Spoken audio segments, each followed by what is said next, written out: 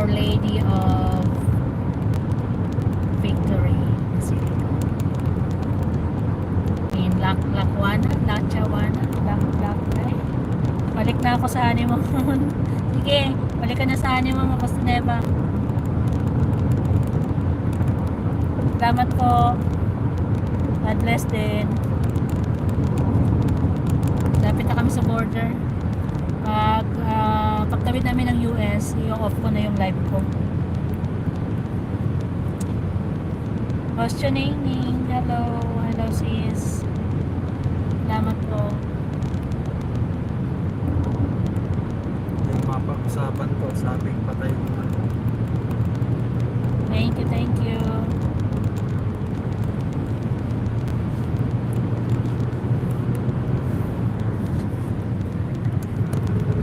Tayo. Tingnan mo na kayo dyan sa Country Road. 1:30 ka na naman. Hindi ka nagmamadali.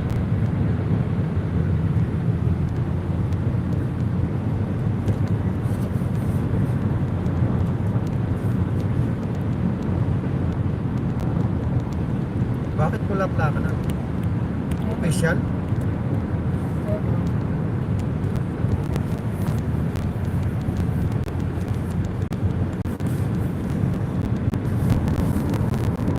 Galing sa border ka, yung simbahan, sabi ng mga kanina, 17 minutes. Ayun na, nakita ko na traffic.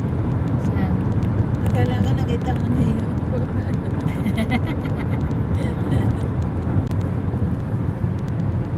PA, sis PA, hello, salamat. Ano ibig sabihin ng red na yan? Saan? Tim Hortons.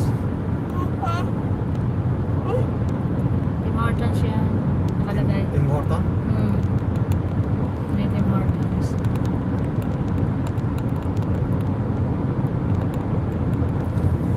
Sa Eva, dali na ako mag-end ng live ko. Lapit na kami sa border.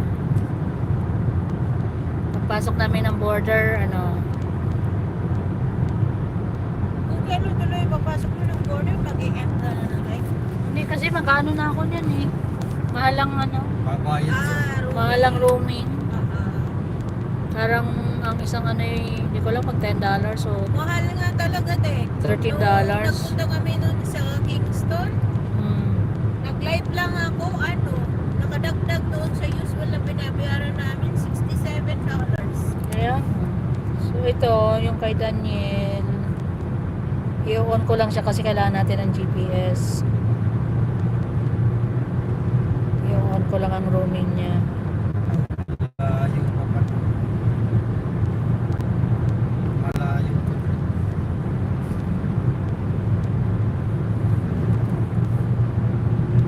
Diba pagka tumating ka ng border, magwa-warning na ang provider.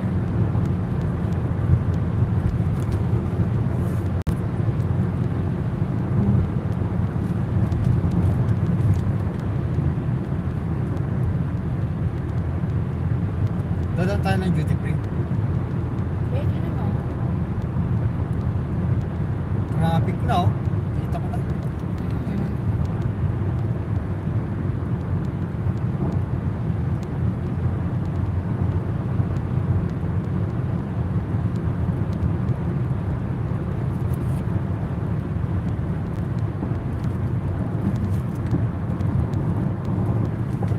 Saan ako dito? Diretso lang. Wala. Ha? Yeah.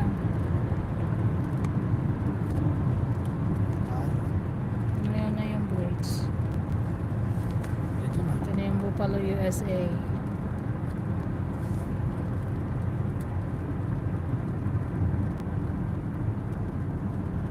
New Central Avenue, saan yun? Duty free.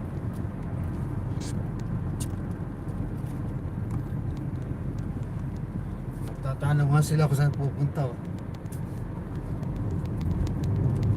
Okay, uunin dito na tayo sa Ito na tayo sa border.